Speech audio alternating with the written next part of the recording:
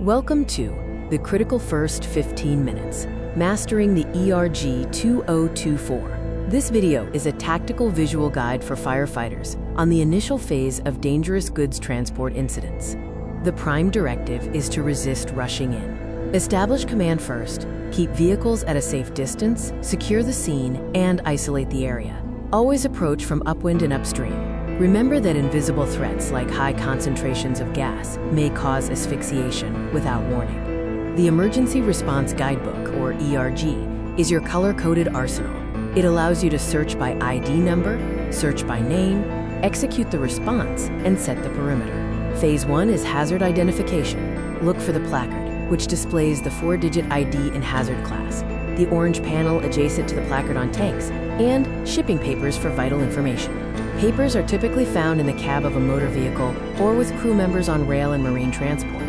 The Incident Decision Engine guides your actions. Start by checking for an explosive placard, Class 1. If not present, try to find the 4-digit UN/NAID or the material name.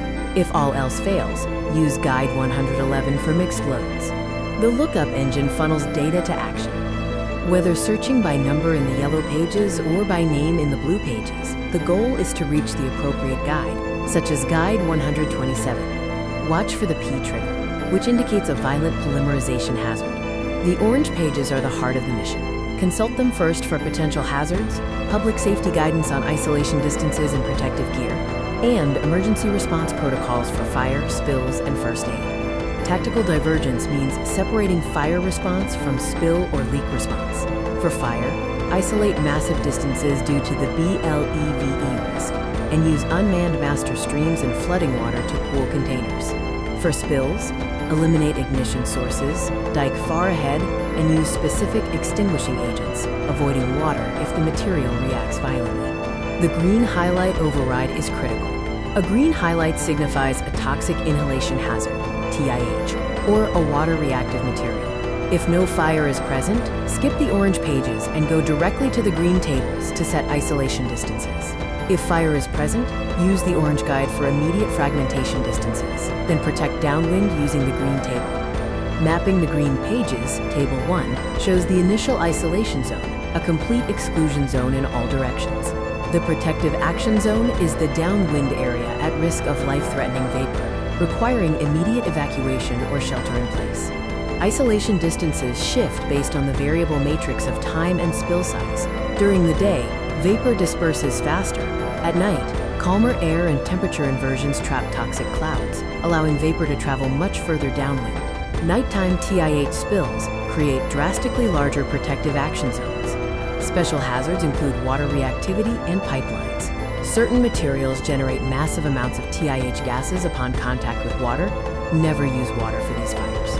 For pipelines, never operate valves without the operator, as this can worsen the incident and create new ruptures. The ERG2024 features new dedicated guides for evolving threats like lithium and sodium-ion batteries. Consult Guide 147 or 138 immediately. Thermal runaway requires sustained interventions, so avoid standard suppression assumptions. Here is a 5-minute scenario synthesis. Upon arrival, establish command and identify the UN number. Look up the number to find the guide and check for a green highlight. Decide if fire is present.